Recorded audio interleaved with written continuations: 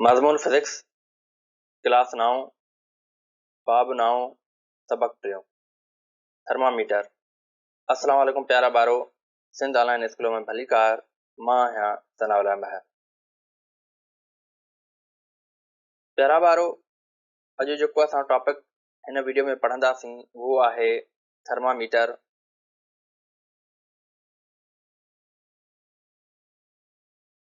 प्यारा बारो, तव्हां हिन लफ़्ज़ मां बख़ूबी जेको आहे वाक़िफ़ हूंदव ऐं तव्हांखे ख़बर हूंदी त थर्मामीटर छा थींदो आहे ऐं कहिड़े कम जे लाइ इस्तेमालु थींदो आहे।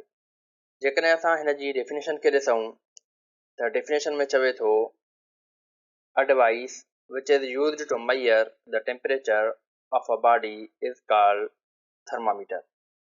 चवे थो हिकु डिवाइस आहे जेको इस्तेमालु थिए थो टेम्परेचर खे मेजर करण जे लाइ, टेम्परेचर खे मापण जे लाइ। उन डिवाइस खे, उन इंस्ट्रूमेंट खे असां चवंदा आहियूं थर्मामीटर। जीअं त तव्हां हिन फिगर में बि ॾिसी रहिया आहियो। थर्मामीटर में छा थींदो आहे त असां उन में टेम्परेचर खे मेजर कंदा आहियूं। तो असां मुख़्तलिफ़ क़िस्मनि जा थर्मामीटर यूज़ कंदा आहियूं। तो जंहिंमें जेको आहे अॻ में यूज़ कयो वेंदो हुयो जेको आहे स्ट्रिप थर्मामीटर। छा हुयो त हीअ हिकिड़े क़िस्म जी हिकिड़ी पटी हूंदी हुई जेका कंहिं ॿार या कंहिं माण्हूअ जे निरड़ ते रखी वेंदी ऐं हिते उनजो जेको आहे कलर चेंज थींदो, पोइ उन में ख़बर पइजी वेंदी हुई त जेको आहे उन जो टेम्परेचर केतिरो आहे। उन खां बाद में वरी जेको आहे असांजो ही गिलास थर्मामीटर अची वियो ऐं उन ही त तव्हांखे ख़बर आहे त हिन जो जेको आहे त वर्किंग फंक्शन कहिड़े नमूने सां आहे। इनशाला असां जेको आहे अॻिते हिनखे सम्झंदासीं त कहिड़े नमूने सां हिन जो वर्किंग फंक्शन थींदो आहे। ठीकु आहे। उन खां पोइ मॉडर्न दौर जे बेसिस ते असां जेको आहे त हिकिड़े नए क़िस्म जो थर्मामीटर बि ॾिठोसीं जंहिंखे असां चवंदा आहियूं सेंसर थर्मामीटर। ठीकु आहे। हाणे हे कीअं कमु कंदो आहे? बेसिकली हे रेडिएशन जे बेसिस ते कमु कंदो आहे। अक्सर ही हिन क़िस्म जो जेको थर्मामीटर आहे उहो असां ॾिठोसीं कोरोना वायरस जे दौर में। जॾहिं कोरोना वायरस आई त उन टाइम छा हुयो त कंहिंखे बि टच न कयो वेंदो हुयो। पोइ हिन क़िस्म जी हिकिड़ी डिवाइस हुई, अक्सर तव्हां ॾिठी हूंदी डॉक्टरनि खे या जेके बि मेडिकल सां तालुक़ु रखंदड़ जेको आहे त माण्हू आहिनि, पोइ छा कंदा, परे खां ई जेको आहे कंहिं माण्हूअ जे निरड़ ते या उनजे मथे ते जेको आहे हिन क़िस्म जी डिवाइस जेको आहे त वेझो कंदा हुया ऐं उनखे जेको आहे रीडिंग मालूम थी वेंदी हुई। तो हिन क़िस्म जो जेको थर्मामीटर आहे इनखे असां चवंदा आहियूं सेंसर थर्मामीटर। ठीकु आहे प्यारा ॿारो। सवाल उहो आहे त थर्मामीटर आफ्टर ऑल कुझु चेंज खणी ईंदो पंहिंजे अंदरि ऐं मेजर करे ॿुधाईंदो त बॉडी जी जेका टेम्परेचर आहे उहो केतिरो आहे। तो नॉर्मली हर सब्सटेंस में उहा प्रॉपर्टी हूंदी आहे त चेंज शो कंदो आहे। अगरि उहो चेंज शो कंदो आहे त उहो चेंज जेका शो कंदो आहे उहा कंदो आहे विथ रिस्पेक्ट टू टेम्परेचर। जीअं जीअं टेम्परेचर जेको आहे वधंदो त उन बॉडीअ जी प्रॉपर्टी जेका आहे उहा चेंज थींदी रहंदी, या जेकॾहिं टेम्परेचर घटिबो तॾहिं बि उनजी प्रॉपर्टी जेका आहे चेंज थींदी रहंदी। ठीकु आहे। तो अहिड़े नमूने सां छा थींदो प्यारा ॿारो, जॾहिं टेम्परेचर वधंदो त छा थींदो आहे, उहा बॉडी जेका आहे उहा एक्सपेंड थी वेंदी आहे। तो हीट ॾियण सां उन बॉडीअ में जेको आहे चेंज ईंदी आहे ऐं कुझु बॉडीज़ जी जेको आहे हीट ॾियण सां रेज़िस्टेंस जेको आहे वधंदो आहे। ठीकु आहे। यानी रेज़िस्टेंस उन में चेंज थींदो आहे। तो मुख़्तलिफ़ जिस्मनि जूं मुख़्तलिफ़ ख़ासियतूं हूंदियूं आहिनि। नॉर्मली अगरि असां ॻाल्हायूं त हर बॉडी एक्सपेंड थी वेंदी आहे हीट करण सां। तो अहिड़ी तरह सां लिक्विड्स बि एक्सपेंड थींदा आहिनि हीट करण सां। अगरि जेकॾहिं असां ॻाल्हि कयूं थर्मोमेट्रिक सब्सटेंस कहिड़ा हुजणु घुरिजनि त उन जे लाइ असां चवंदासीं substance which shows a change with temperature can be used as thermometric material. तो प्यारा ॿारो, अहिड़ा सब्सटेंस जेके पंहिंजी चेंज शो करनि जॾहिं टेम्परेचर चेंज थिए, इन क़िस्म जे मटीरियल खे असां चवंदासीं थर्मोमेट्रिक मटीरियल। हाणे इन में बेसिकली छा आहे त असांजो जेको आहे लिक्विड बि अची थो वञे, त असां इन लाइ चवंदासीं liquid also depend on heating and are suitable as a thermometric material. तो प्यारा ॿारो जेके असांजा लिक्विड्स हूंदा आहिनि उहे बि बेसिकली हीट ॾियण सां छा थींदा आहिनि, उहे बि एक्सपेंड थींदा आहिनि। त असां चई सघूं था त जेके असांजा लिक्विड्स आहिनि उहे छा आहिनि, उहे थर्मोमेट्रिक मटीरियल्स आहिनि।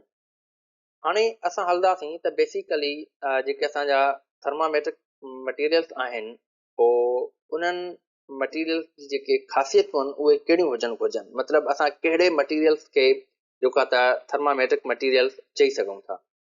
तो सभ खां पहिरीं असां इहो ॾिसंदासीं त छा उहो जेको मटीरियल असां यूज़ था कयूं उहो विज़िबल आहे, यानी ॾेखारिजे अथो। जेको आहे सबस्टेंस जो थर्मामीटर असां ठाहियूं था उन में जेकॾहिं असां हीउ मटीरियल विझूं, ठीकु आहे, त छा उहो मटीरियल असांजो विज़िबल रहंदो, पहिरीं प्रॉपर्टी इहा हुजणु घुरिजे। उन खां पोइ सेकेंड प्रॉपर्टी जेका असांजी थर्मामेट्रिक मटीरियल जी हुजे उहा हुजे हैव यूनिफॉर्म थर्मल एक्सपेंशन, यानी जेकॾहिं असां उनखे हीट ॾियूं या उनजो टेम्परेचर वधायूं त छा थिए, उन में जेका एक्सपेंशन अचे, उन में जेको वाधाव अचे उहो यूनिफॉर्म अचे, उहो हिकु करो अचे, ठीकु आहे। उन खां बाद में थर्ड पॉइंट ते हलूं, उनजी जेका फ्रीज़िंग पॉइंट आहे उहा लो हुजणु घुरिजे, ठीकु आहे, यानी ज़्यादा थधि ते बि हू ॼमे न, ठीकु आहे।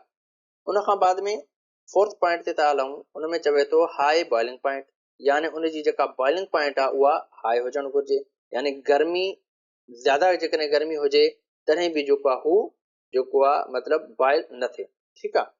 उन खां पोइ फिफ्थ पॉइंट ते हलूं था, उन में चवे थो शुड नॉट वेट गिलास, जेकॾहिं असां कंहिं गिलास में विझूं, कंहिं शीशे जेको असां इंस्ट्रूमेंट ठाहियूं था, अगरि उन में असां उहो मटीरियल विझूं त उन गिलास खे, उन इंस्ट्रूमेंट खे आलो न करे।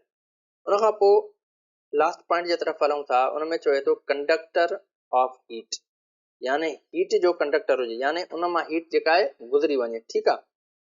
तो अहिड़े नमूने सां ही कुझु जेको आहे त प्रॉपर्टीज़ आहिनि जेके असांजी थर्मामेट्रिक मटीरियल में हुजणु ज़रूरी आहिनि, ठीकु आहे। जेकॾहिं हिननि प्रॉपर्टीज़ मां काई बि उन्हनि में मैच नथी थिए, असां उन मटीरियल खे थर्मामेट्रिक मटीरियल न चवंदासीं प्यारा ॿारो, ठीकु आहे। सो अहिड़े नमूने सां हाणे असां अॻिते हलूं था। सो प्यारा ॿारो, हाणे थोरो असां सम्झंदासीं त असांजो जेको गिलास थर्मामीटर आहे बेसिकली उहो कहिड़े नमूने सां कमु कंदो आहे। सो प्यारा ॿारो, तव्हां ॾिसंदव त हिन क़िस्म जो असांजो जेको आहे गिलास थर्मामीटर हूंदो आहे, ठीकु आहे। हाणे हिन में छा हूंदो आहे त हीउ जेको असांजो तव्हां हीउ जेको ॿाहिरियों स्ट्रक्चर ॾिसी रहिया आहियो, ही बेसिकली गिलास हूंदो आहे, पूरो जो पूरो गिलास हूंदो आहे, ठीकु आहे। उन खां पोइ हीअ जेका हिनजी नोब ॾिसी रहिया आहियो या हिनखे असां चुंब चऊं, हीअ चुंब खे जेको आहे उनखे चइबो आहे बल्ब, ठीकु आहे। उन खां पोइ हिकिड़ी नंढी, तमामु नंढड़ी ऐं सन्ही हिकिड़ी नाली हूंदी आहे जेका हिन चुंब खां जेको आहे उहो हिन आख़िरी पॉइंट ताईं हूंदी आहे। इन नालीअ खे बेसिकली चइबो आहे कैपिलरी ट्यूब, ठीकु आहे प्यारा ॿारो। हाणे बेसिकली छा हूंदो आहे त हिन बल्ब में असां थर्मोमेट्रिक सबस्टेंस विझंदा आहियूं ऐं उन खां पोइ जॾहिं ही असांजो बल्ब जेको आहे कंहिं हॉट शइ सां कॉन्टेक्ट में ईंदो आहे त उहो जेको असांजो हिन में अंदरि मटीरियल पियल आहे उहो छा कंदो, उहो एक्सपेंड थींदो आहे, ठीकु आहे। उन खां पोइ हिन में जेको आहे स्केल लॻल हूंदा आहिनि ऐं उन स्केल ते जॾहिं पहुचंदो आहे त पोइ असां सम्झंदा आहियूं त हिन मटीरियल जो जेको आहे उन माण्हूअ जो या उन शइ जो जेको टेम्परेचर आहे उहो जेको आहे हेतिरा असांजा डिग्री आहिनि, ठीकु आहे। तो अहिड़े नमूने सां असां छा चयोसीं प्यारा ॿारो, असां चयोसीं it has a bulb with long capillary tube, यानी ही जेको आहे इहो छा हूंदो आहे, इन में बल्ब हूंदो आहे कंहिं सां गॾु जेको आहे हिकिड़े वॾे कैपिलरी ट्यूब सां, ठीकु आहे। उन खां बाद में सेकेंड पॉइंट ते था हलूं, उन में चवे थो a suitable liquid is filled the bulb, जीअं मां तव्हांखे चयो त हिन बल्ब में जेको आहे असां कोई सुइटेबल लिक्विड जेको आहे फिल कंदा आहियूं, जेको असांजो थर्मामेट्रिक मटीरियल हूंदो आहे, ठीकु आहे। उन खां पोइ थर्ड पॉइंट ते था हलूं, जेको हुन में चवे थो when bulb contacts a hot object, जॾहिं बल्ब जेको आहे असांजो कंहिं हॉट ऑब्जेक्ट सां कॉन्टेक्ट में ईंदो त छा थींदो, the liquid in it expends and rise, ठीकु आहे। तो छा थींदो त जॾहिं असांजो हीउ लिक्विड कंहिं हॉट ऑब्जेक्ट जे कॉन्टेक्ट में ईंदो त असांजो जेको लिक्विड आहे उहो या उहो जेको असांजो मटीरियल आहे उहो छा थींदो, एक्सपेंड थींदो ऐं वधी वेंदो, ठीकु आहे। जंहिंजे करे असांखे जेको आहे ख़बर पइजी वेंदी त हिन स्किल जे तहत असां सम्झंदासीं त हाणे जेको आहे उन ऑब्जेक्ट जो जेको टेम्परेचर आहे उहो केतिरो आहे प्यारा ॿार, ठीकु आहे। अगरि जेकॾहिं असां हिन लिक्विड जी ॻाल्हि कयूं या हिन में जेको मटीरियल असां यूज़ कंदा आहियूं ज़्यादातर उहो असां कंदा आहियूं प्यारा ॿारो अक्सर मरकरी, ठीकु आहे। हाणे मरकरी खे आम तौर ते सिंधीअ में असां चवंदा आहियूं पारो। ठीकु आहे। तो ही जेको पारो आहे इहो असांजो जेको आहे यूज़ कयो वेंदो आहे हिन थर्मामीटर में। ऐं उन खां बाद में आम तौर ते जेको आहे जेके असांजा वापारी हज़रात हूंदा आहिनि जेके अन्न वग़ैरह ख़रीद कंदा आहिनि त ख़ासि करे कणिक खे प्रिज़र्व करण जे लाइ जीअं उन में जीत वग़ैरह न लॻे उन में छा कंदा आहिनि त उहो वारीअ में ही पारो मिलाए करे पोइ जेको आहे उन में मिक्स करे पोइ उन ख़ासि करे जेको आहे कणिक में पोइ उहो उन में मिक्स करे छॾींदा आहिनि। पोइ उन खां पोइ उहा कणिक जेका आहे असांजी प्रिज़र्व रहंदी आहे उनखे जेको आहे जीत वग़ैरह न लॻंदो आहे इन जे लाइ बि यूज़ कयो वेंदो आहे। ठीकु आहे। अहिड़े नमूने सां पोइ प्यारा ॿारो अगरि जेकॾहिं असां हिन मरकरी मटीरियल जी ॻाल्हि कयूं त बेसिकली इहो छो यूज़ कयो वेंदो आहे, इन जी जॻह ते ॿिया के मटीरियल छो न यूज़ कया वेंदा आहिनि। हाणे इन जी ख़ासियत पहिरीं इहा आहे त हिन जी जेका फ्रीज़िंग पॉइंट आहे उहा बनस्पत ॿियनि मटीरियल से उहा तमामु घटि आहे, यानी -39। इहा तमामु जेको आहे घटि जेको आहे फ्रीज़िंग पॉइंट आहे। ठीकु आहे।